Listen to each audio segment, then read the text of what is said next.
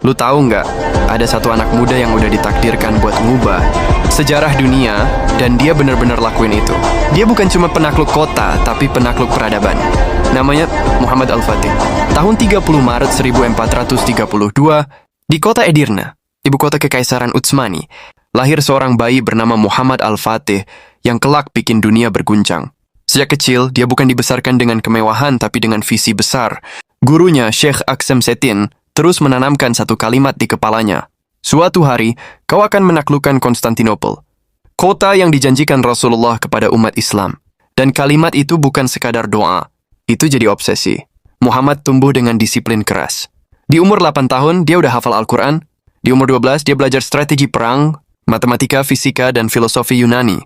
Sementara anak-anak bangsawan lain sibuk berburu dan berpesta, dia belajar memimpin pasukan, belajar sabar, dan belajar berpikir seperti jenderal sejati. Waktu dia naik takhta di umur 19 tahun, semua orang di istana ngeremehin dia.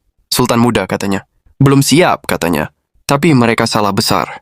Karena bocah ini bukan cuma penguasa, dia udah lahir dengan satu misi yang dia anggap perintah Tuhan. Konstantinopel. Kota yang selama lebih dari 1000 tahun gak pernah bisa ditaklukkan.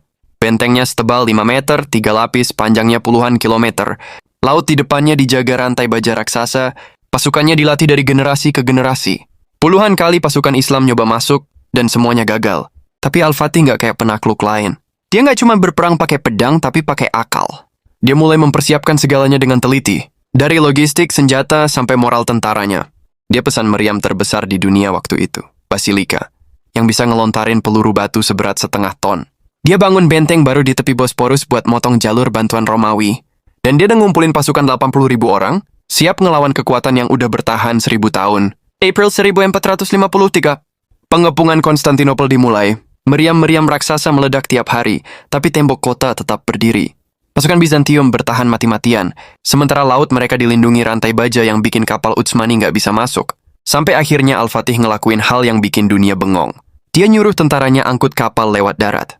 Malam itu, lebih dari 70 kapal perang ditarik melintasi bukit-bukit curam dengan batang kayu dan minyak sebagai pelumas. Orang-orang Bizantium kaget pas lihat kapal musuh tiba-tiba muncul dari balik gunung di pelabuhan mereka. Itu bukan mukjizat, itu strategi yang gak pernah terpikir manusia waktu itu. Setelah hampir 2 bulan, tembok yang katanya abadi akhirnya retak. Tanggal 29 Mei 1453, pasukan Utsmani masuk ke kota. Teriakan perang berhenti, dan untuk pertama kalinya dalam 1000 tahun, Konstantinopel jatuh.